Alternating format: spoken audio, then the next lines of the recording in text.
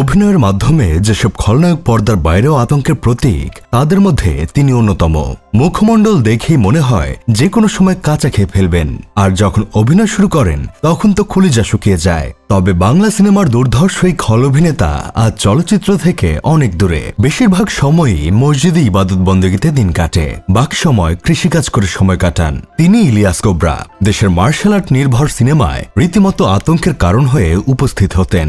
জেনে নেই কি কারণে চলচ্চিত্র ছেড়ে ধর্মকর্মে মন দিলেন এই অভিনেতা।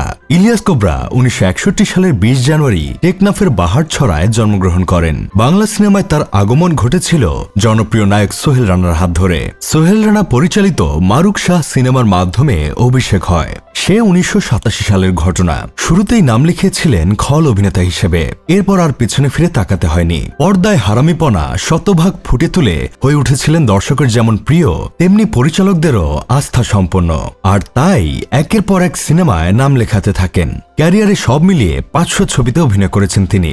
ঢাকায় সিনেমার সকল সুপারস্টারদের সঙ্গে এই পর্দায় হাড্ডাহাড্ডি লড়াই দেখা গেছে তাকে। কোবরা অভিনীত সিনেমাগুলোর অধিকাংশই ব্যবসা সফল, ফলে ভিলেন হিসেবে ঢালিউডে পায়ের তলার মাটি বেশ মজবুত ছিল তার। অভিনেতার অভিনীত সিনেমাগুলোর মধ্যে কঠিন সীমার, মাস্তানের উপর মাস্তান, মেজর সাহেব, চেয়ারম্যান, লন্ড ভণ্ড, মরণ কামড়, মগের মুল্লুক, ম্যাডাম ফুলি, ভণ্ড, শান্ত কেন মাস্তান, ঘৃণা উল্লেখযোগ্য।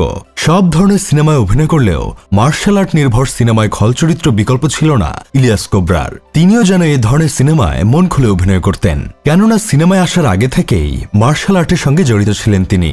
ছিল নিজের একটি প্রশিক্ষণ কেন্দ্র, সে কারণেই মারদাঙ্গা সিনেমাগুলোতে নিজেকে যেন শতভাগ ঢেলে দিতে পারতেন।